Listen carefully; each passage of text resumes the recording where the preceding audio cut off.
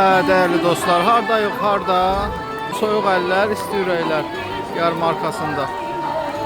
Bir dənə sevgidir. Ayda ildə bir dəfə vaxt ayır ki, filan günü biz gələcəyik, gəzəcəyik. O da belə. Yarmarkada izdiham olmasa da, amma çoxluq təşkil edir hal-hazırda. Bütün piştaxtalar da işləyir, köşklərdə hamısı işləyir, değerli dostlarımız.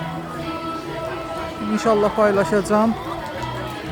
Və dadacıq və daddığımız nemətlərə görə də değerli dostlar sizlərə bu fikirlərimizi bölüşəcəyik.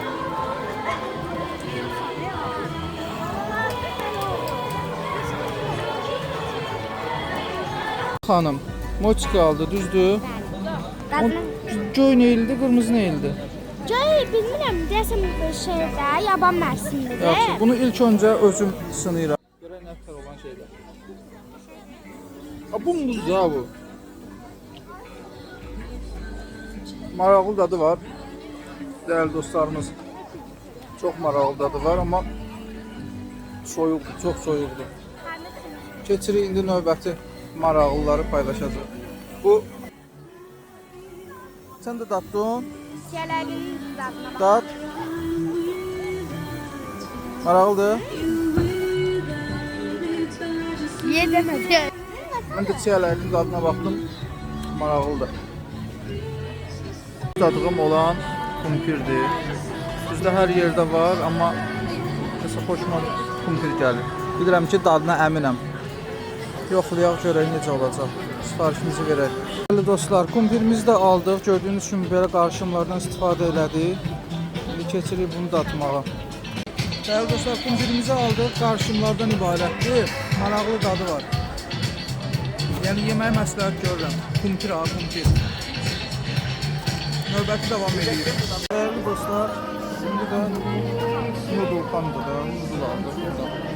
Bunun dadına baxacaq. Görək necədir. Maraqlı. Görünüşü maraqlıdır, amma dadını görəcək.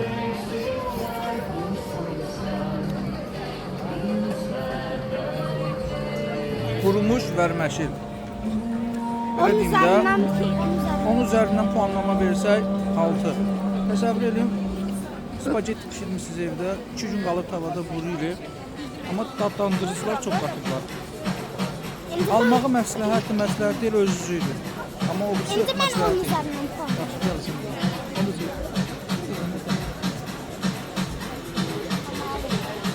Neçə?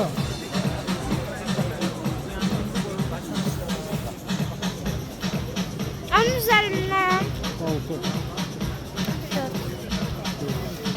Değerli dostlar, bu yağışlı havada deməli midyadan da tapdıq. İlk dəfə deyirdim, açıq deyil. Pis deyildi, maraqlıydı. O birisinin birindən maraqlıydı.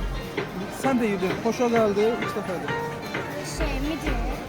Qoşaydı, məncə qoşaydı. 10 üzərindən məncə 9. Məndə də 10 üzərindən 9. Balıq tərzi olmasa yaxşıdır.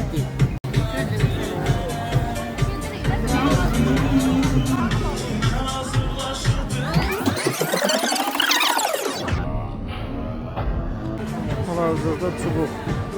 Bunu alırıq, görək dadı necədir. Çubuqlarımızı da aldıq. Görünüşü maraqlıdır, isti-istidir. Dadına baxalım. Neçə 10 üzərindən? Gündə yeməyi yox, amma verəm ki, əyləncəli, amma bu maraqlı gedir. 10 üzərindən 9. İndi mən. Yana. Kamera yox.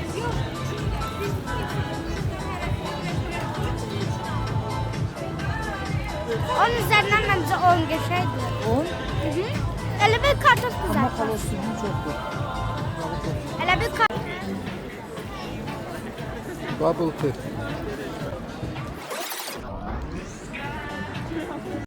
Hə, değerli dostlar, bubble tea aldı. İç və puanla. Mən içmirəm. Gəl belə deyəm.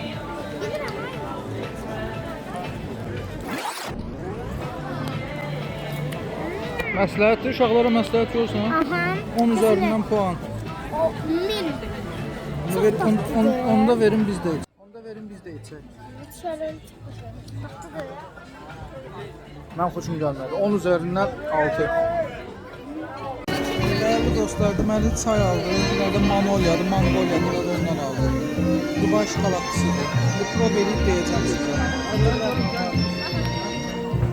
Çay çox dadlıdır, çox dadlıdır. Bildiyimiz çaydan fərqli ola bilər, amma dadlıdır.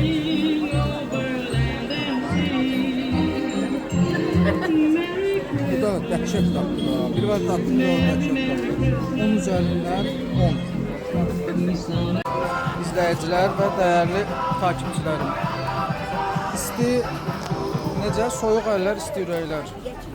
Bu layihə həqiqətən qəşəng layihədir. Burada da dadlı layihə olmağı çox qəşəngdir.